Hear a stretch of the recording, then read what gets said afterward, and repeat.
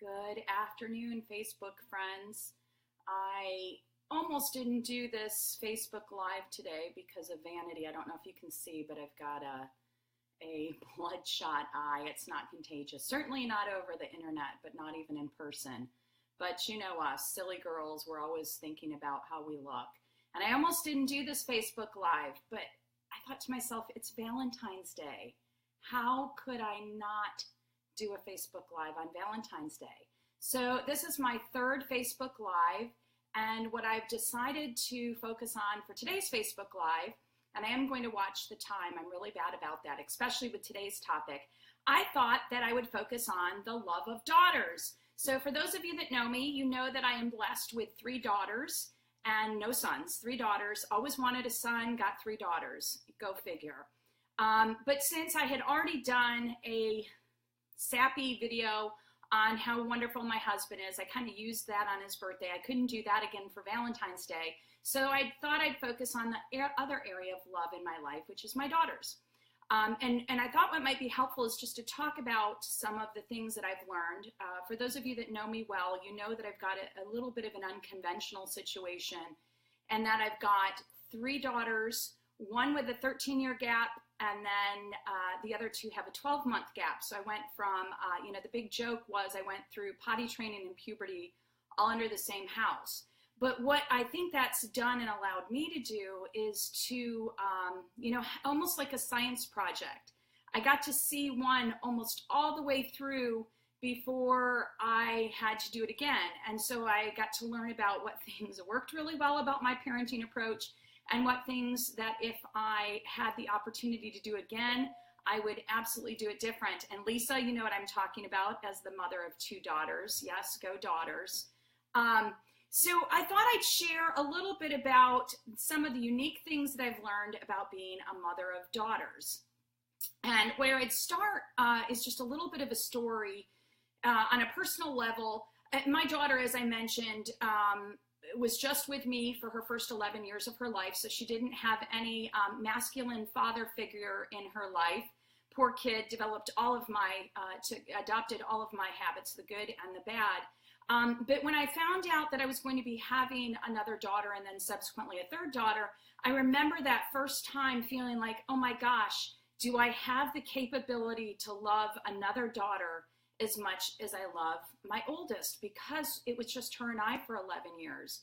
And of course, those of you with parents, whether it be daughters or sons, you know that there's always enough love for your kids, and you develop a distinct kind of love for each of them as individuals. And that kind of goes to the first thing that I learned about being the mother of 3 daughters, and that is make sure that you develop a relationship, a unique relationship with each of your daughters individually. And this isn't always easy. Believe me, I've got 2 that are 12 months apart, and they get lumped together with just about every activity. I make them compromise and work it out on what we're going to do when they can't agree. But, 9 times out of 10, it's both the younger ones together having to compromise and spend time with their dad and I as a group. But I've come to appreciate that they are, just as much as they're unique individuals, they need to have that special time with each of their parents. In fact, today is a good example. My youngest, Paige, and 9-year-old, 4th grader, is going to ride the bus home to go have a Valentine date with me. And that leaves Madison to spend her Valentine date with her father, which is fantastic. So Paige and I are going to go get our nails done. That was her choice, not mine. And for those of you that know Paige, that's quite a surprise since she is our tomboy. But yes, she picked to have her toenails done, go get a pedicure. And Madison's going to go cook heart-shaped pizzas with her dad so that we can all share in them when we come home. So again, my oldest, same thing. I need to carve out time for her. And that wasn't always easy, especially during those teenage years when she didn't want to be with me, and it made it harder for me to want to be with her. But individual time, I'd say, is probably the first thing that I've learned. The second thing that I've come to appreciate about being the mother of 3 daughters is that you need to nurture who they are. So my husband and I are both kind of extrovert type A personalities. That's what we're comfortable with. We're silly, we're playful. There's not much we won't try, do, or say. And we have three very different daughters. And, sometimes when life gets busy, you'd love to put them all in one lane and tell them all to go the same speed in the same automobile doing the same thing. And there are times when I have been guilty of that, as my husband has been, and we try to push them into this mold because it's easier for us as parents. But what I catch myself doing, and I work so hard to stop myself, is they are so uniquely wonderful in their own ways. My oldest is every bit as stubborn as I am.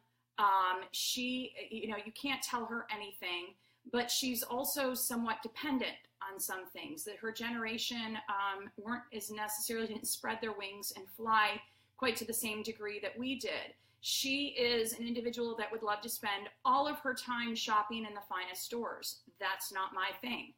And she will tell you I don't do near enough of it with her. Some for budgetary reasons, and others just because I don't enjoy it. I'm not a shopper. My girlfriend down the street, Kelly, on the other hand, I think that's her mother from I don't know what the saying is, but she could more easily be her mother on that regard because they share a love for shopping. But I don't. And I don't try to force her to be something she's not. That's kind of a shallow example. I'll take it through the other two.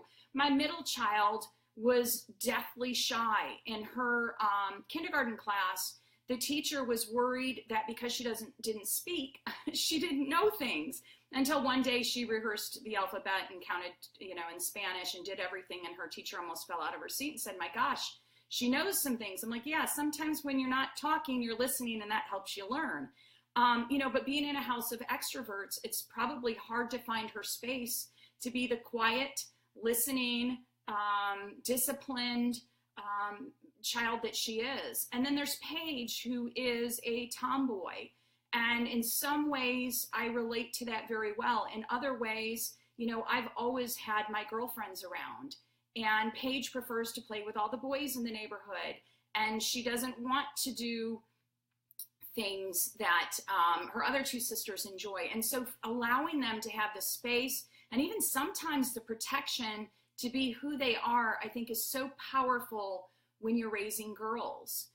The third thing I talk about is relationship with their father. And I'm so excited when I watch social media and other forums for really kind of voyeuring and seeing the roles that fathers play in their daughter's life. And I see it so much more with all the father-daughter dances I've been seeing posted on social media. It just makes my heart smile, because I can't say enough, as a woman and as the mother of three, and having seen an 11-year-old that didn't have at that point in her life the father influence, and then having that from 11 years old on and what that's done in her life, I just think, that relationship. And so fathers out there, I can't tell you enough, the role that you play in your daughter's life is going to make her a great spouse, if she decides to be single, a confident single woman. It's going to make her a good friend.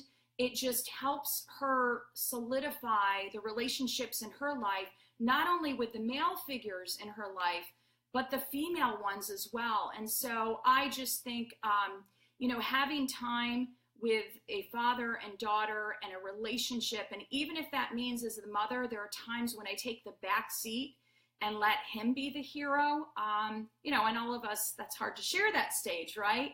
But I can't speak enough about it. So I would say those are the three big things I've learned as the mother of three daughters. One is develop a unique relationship with each of your girls, or your sons in that matter. That's a pretty universal one.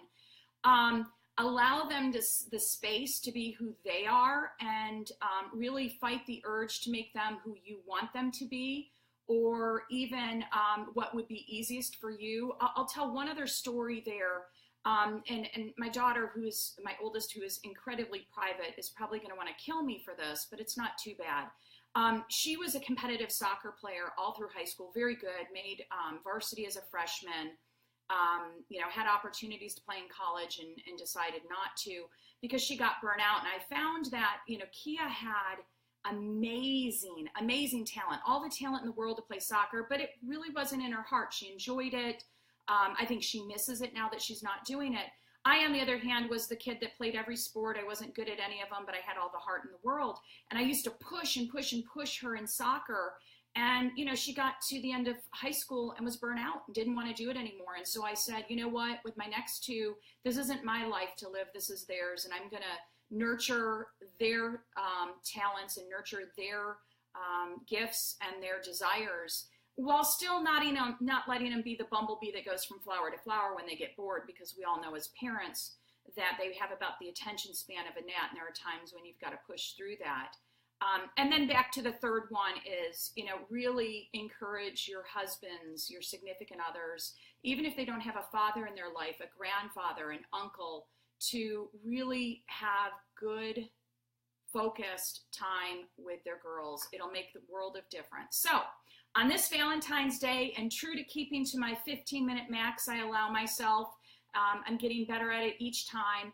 I just wanted to say there is nothing like a daughter's love, like a child's love. And I love my husband, and I know the Bible says your husband comes first, and I work really, really hard to make that happen. But I'd be lying to say that my children didn't fill a special place in my heart. And coming from someone when I was younger that I didn't think I wanted or would have children, I can't imagine my life without them today. So on this Valentine's Day, as each of you reach out and share your love with those that are close to you, I'd encourage you to celebrate your children, whether they're daughters or sons, because the life is short and you never know what you're going to have tomorrow.